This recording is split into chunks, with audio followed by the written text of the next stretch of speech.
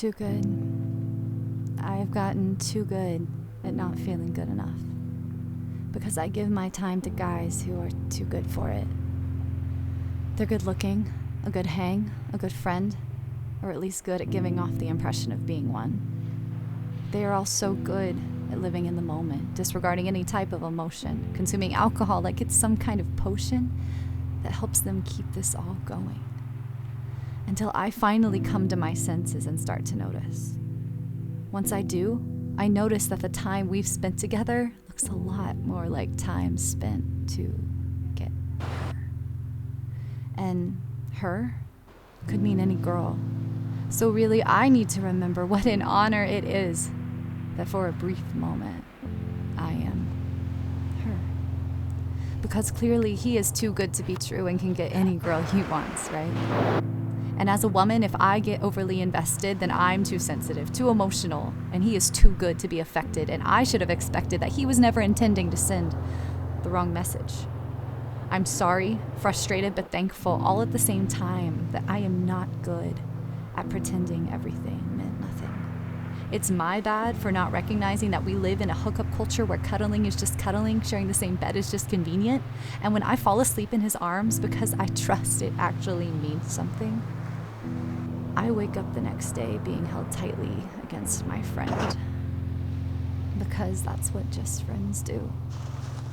He was so good at convincing me that I read into things when my phone clearly reads, "I miss you."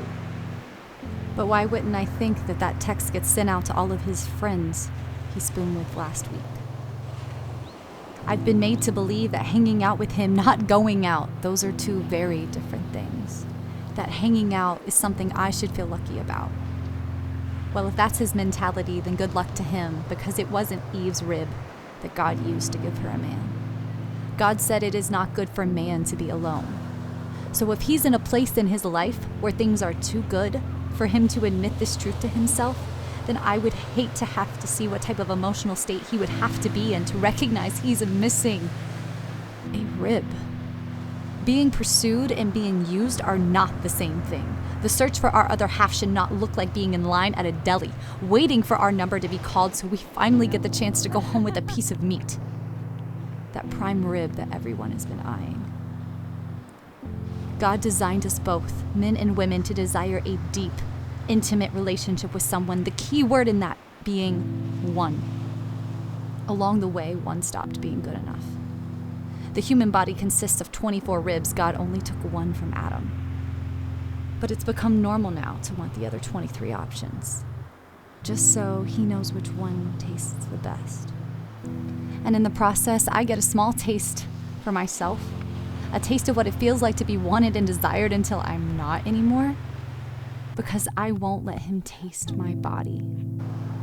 The challenge is fun, maybe even attractive to him for a while, until he finally believes me when I say only my husband someday is going to know how good I taste. And I quickly find out he doesn't think that the wait is worth it, but I do. Men and women are not snacks, appetizers, or desserts. We are not too good to be in a place in our lives where our mouths are saying we don't want a relationship, but our actions are saying the complete opposite. God created us to be good to one another, not to be too good for another. And I'm not too good right now to recognize that what I'm saying is coming from being hurt in my past. But I know that God has the power to make something good out of it.